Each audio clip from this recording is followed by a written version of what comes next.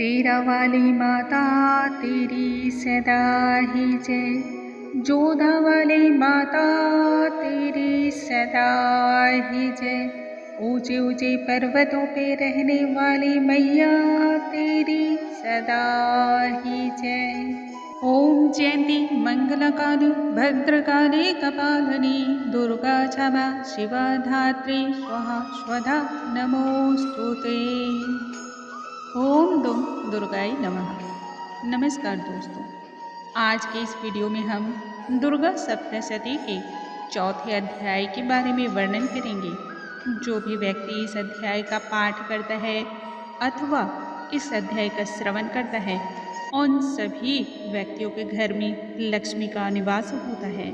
इस पाठ को पूर्ण श्रद्धा के साथ और निर्मल मन से सुनना चाहिए। यदि मन में किसी भी तरह के पाप या फिर दोष को रखकर इस पाठ का श्रवण करते हैं तो घर में से अलक्ष्मी का वास होता है।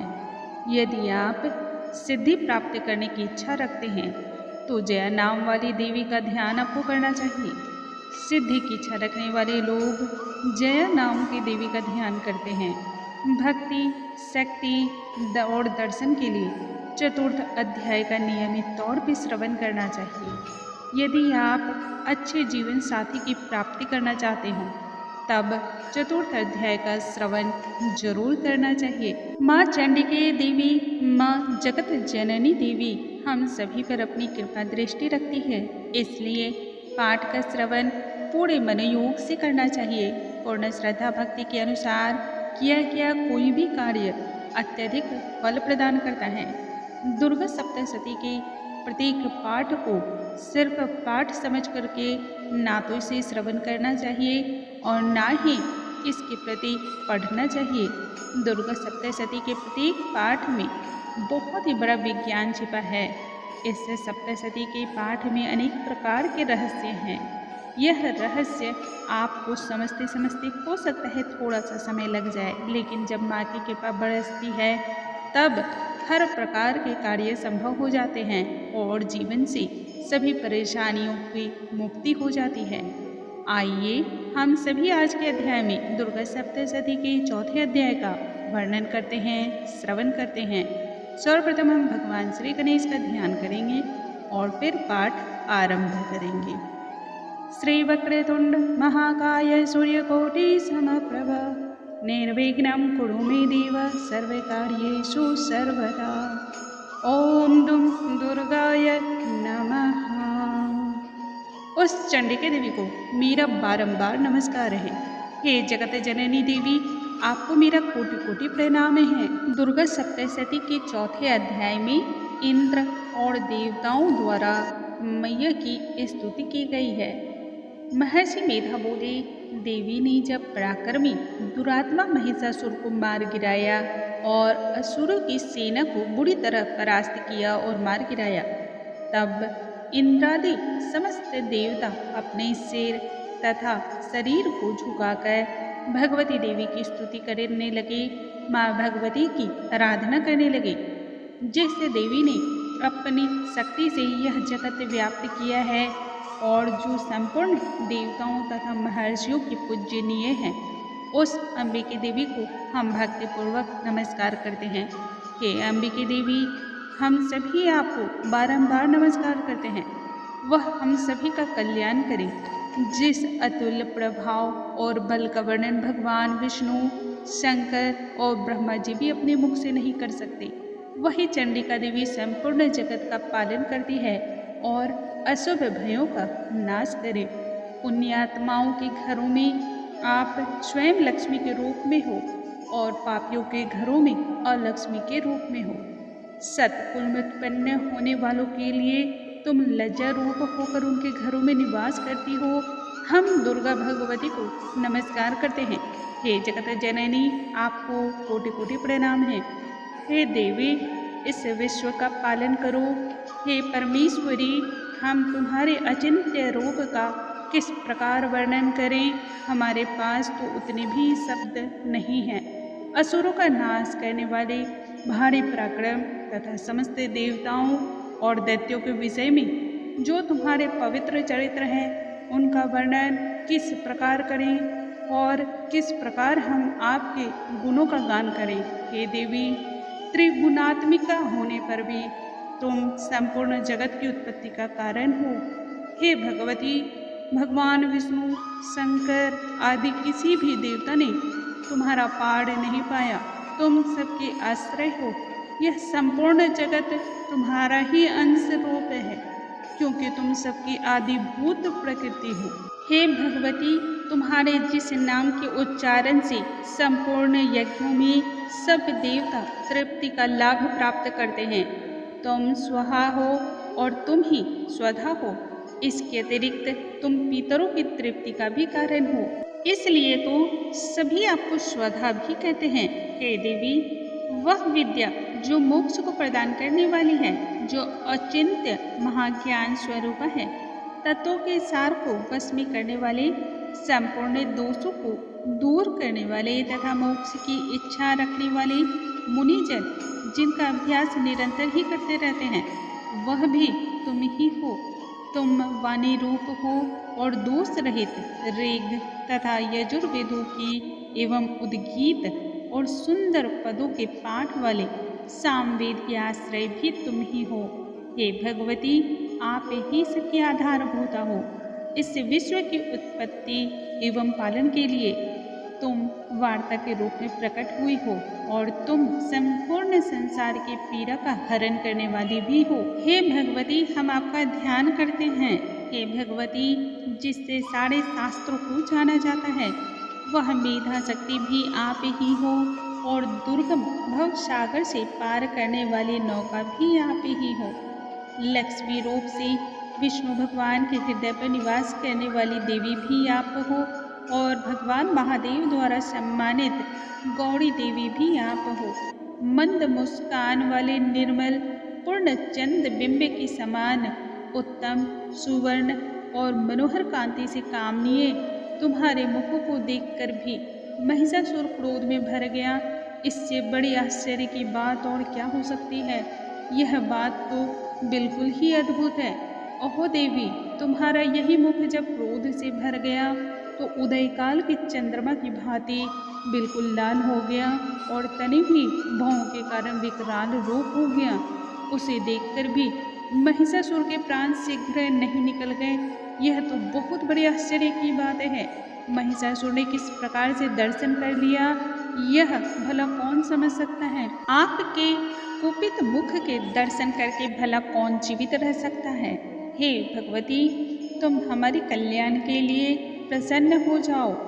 आपके प्रसन्न होने से इस जगत का अभ्युदय होता है और संपूर्ण जगत प्रसन्नता से भर उठता है। लेकिन जब आप क्रुद्ध हो जाती हो तो कितने ही कुलों का सर्वनाश हो जाता है, कितने ही दानवों का अंत हो जाता है।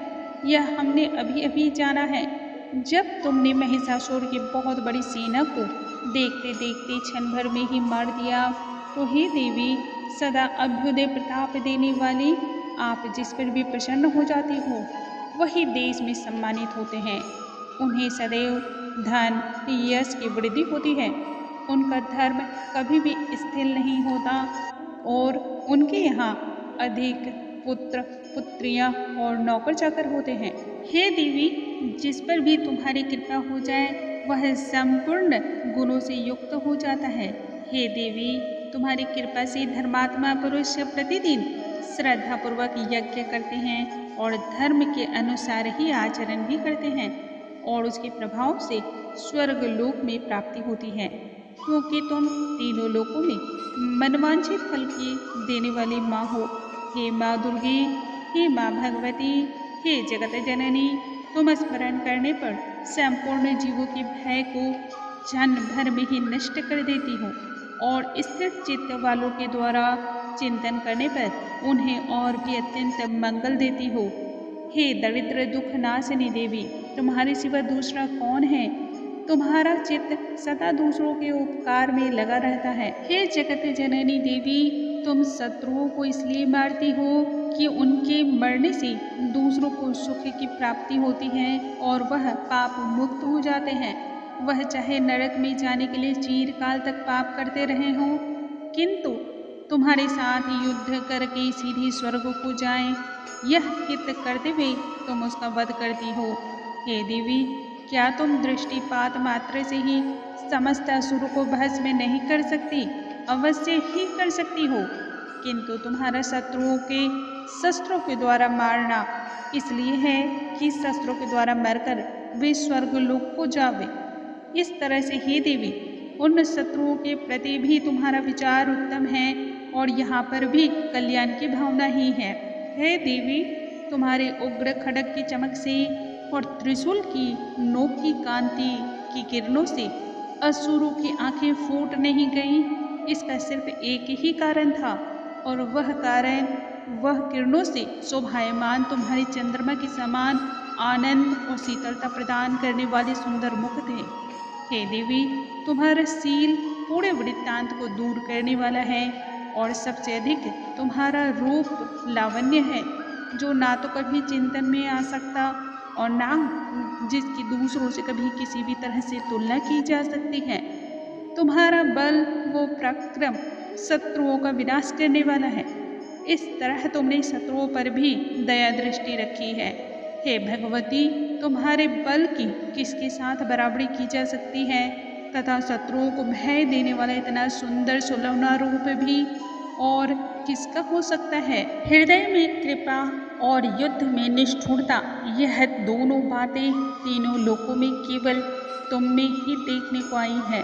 हे माता, हे जगत जननी, हे भगवती, युद्ध भूमि में शत्रुओं को मारकर तुमने उन्हें स्वर्गलोक को पहुंचाया है।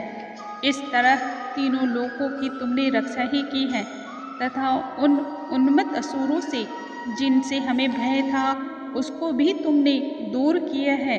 तुमको हमारा नमस्कार है। हे देवी, तुम्हें बारंबार नमस्कार है।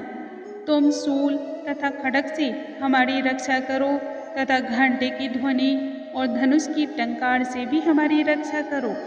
हे चंडिके, आप अपने शूल को घुमाकर पूर्व, पश्चिम, उत्तर तथा दक्षिण दिशा में हमारी रक्षा करो। तीनों लोकों में जो तुम्हारे सौम्य रूप हैं तथा घोर रूप हैं, उनसे हमारी रक्षा करो। हे भगवती, इस पृथ्वी पर भी रक्षा करो। इस पृथ्वी की रक्षा करने का सिर्फ और सिर्फ आप ही एक कारक हो।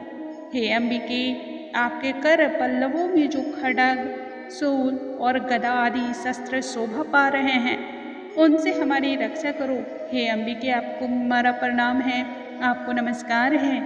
महर्षि बोले, इस प्रकार जब देवताओं ने जगत माता भगवती की स्तुति की और अनेक प्रकार के पुष्पों तथा गंध अनुलेपों के द्वारा उनका पूजन किया, फिर सबने मिलकर जब सुगंधित व दिव्य धूपों द्वारा उनकी सुगंधि निवेदन की, तब देवी ने प्रसन्न मुद्रा में कहा, हे देवताओं, तुम सब मुझसे इच्छित वर की प्राप्ति कर सकते हो, जो चाहे वह वर मांग लो।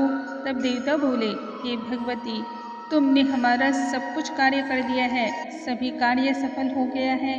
अब हमारे लिए कुछ अन्य चीज़ें रह नहीं गई हैं, फिर आपसे क्या मांगो, क्योंकि हमारे जो शत्रु थे महिषासुर को तुमने मार डाला। हे महेश्वरी, हे परमेश्वरी, तुम इस पर भी यदि हमें कोई वरदान देना ही चाहती हो तो बस इतना सा वर दो कि जब जब हम आपका स्मरण करें, जब जब आपकी स्तुति करें, तब तब आप हमारी विपत्तियों को हरण करने के लिए हमें अपना दर्शन दिया करो। हे अंबिके, जो कोई भी तुम्हारी स्तुति करे, तुम उनको वित्त, समृद्धि और वैभव देने के साथ ही उनके धन और स्त्री आदि संपत्ति बढ़ावें तथा सदा हम पर प्रसन्न रहें। महर्षि बोले, हे राजन, देवताओं ने जब जगत के लिए तथा अपने लिए इस प्रकार का प्रश्न किया तो बस तथास्तु कहकर देवी अंतर्ध्यान हो गई।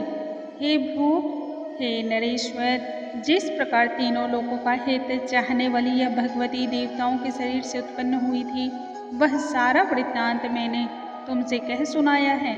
और इसके पश्चात दुष्ट असुरों तथा शुंभ निशुंभ का वध करने और सब लोगों की रक्षा करने के लिए जिस प्रकार गौड़ी देवी के शरीर से उत्पन्न हुई, वह सारा वृत्तांत मैं यथापूर्वक वर्णन करता हूँ। बोलो भगवती रानी की जय। शेरा वाली माता तेरी सदा ही जय। जोधा वाली माता तेरी सदा ही जय। ऊंचे ऊंचे पर्वतों पे रहने वाली माता तेरी सदा ही जय।